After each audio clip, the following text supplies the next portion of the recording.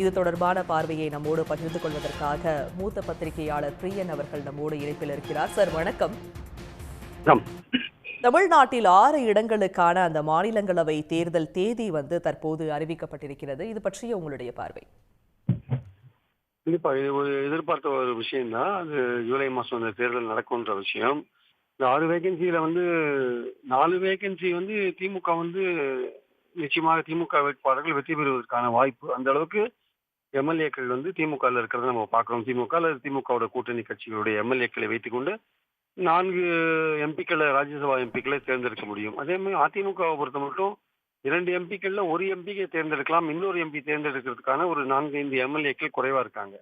So அந்த அடிப்படையில் இப்போ பதவி இழக்கிற எம்எல்ஏக்கள்ல வைகோ முக்கியமானவர். ஆக்சுவலா அவருக்கு மீண்டும் திமுக அணியில் வாய்ப்பு கிடைக்குமா என்பது கொஞ்சம் சந்தேகத்துக்குரிய ஒரு விஷயமா பார்க்கிறேன். அவருடைய மகன் இப்போ லோக்சபால எம்பியா இருக்காரு.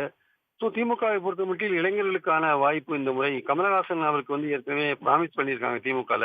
ஸோ அவருக்கு ஒரு வாய்ப்பு திமுக அணியில கிடைக்கிறதுக்கான வாய்ப்பு இருக்கு. மற்றபடி அதிமுக அணியில 2 வேகன்சியில ஒரு வேகன்சியில ஜெயக்குமார் அவர்களுக்கு கண்டிப்பாக கொடுக்கப்படும் என்று ஒரு பேச்சு அடிபடுகிறது.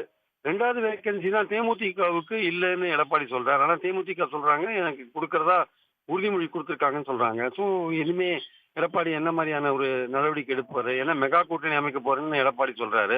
அந்த கூட்டணியில தேமுதிக இருக்கணும்னா நிச்சயமாக எம்பி போஸ்ட கொடுத்தாதான் தேமுதிக அந்த கூட்டணியில வருவாங்க. ஸோ அதற்கான அந்த முடிவை எடப்பாடி எடுப்பாரா இல்ல தேமுதிக வராட்டியும் பரவாயில்லன்னு விட்டுவாரான்றத பொறுத்து இருந்தான் பார்க்கணும். ஸோ அதிமுகவுடைய அந்த 2வது வேகன்சி அதுக்கு தேமுதிக இருக்கா இல்லையான்றது ஒரு முக்கியமான கேள்வி. இல்ல அதிமுகவே இன்னொருத்தர் நிக்க வைக்கிறாங்களான்றது கேள்வி. இல்ல பாஜக எந்த அளவுக்கு உள்ள அந்த மூக்க நுழைத்து தேமுதிகவுக்கு இடத்தை கொடுக்க வேண்டும் என்று அதிமுக கம்பல் பண்ணுவாங்களான்னு அதையும் பொறுத்து இருந்தா நம்ம பார்க்கணும். ஸோ திமுக அணியை பொறுத்த மட்டும் எந்த விதமான ஒரு பிரச்சனையும் இருக்காது. 4 வேகன்சி அது ஒரு வேகன்சி கமலஹாசன் கண்டிப்பாக கொடுத்துருவாங்க. மற்றவங்களுக்கு எல்லாம் இளைஞர்களுக்கு மோஸ்ட்லி இளைஞர்களை என்கரேஜ் பண்ற மாதிரியான ஒரு விஷயங்கள் நடக்கும் என்பது என்னுடைய எதிர்பார்ப்பு. இணைப்பில் கருத்துக்களை பகிர்ந்தமைக்கு நன்றி சார். உடனுக்குடன் செய்திகளை தெரிந்து கொள்ள சன் நியூஸ் பெல் ஐகானை கிளிக் பண்ணுங்க.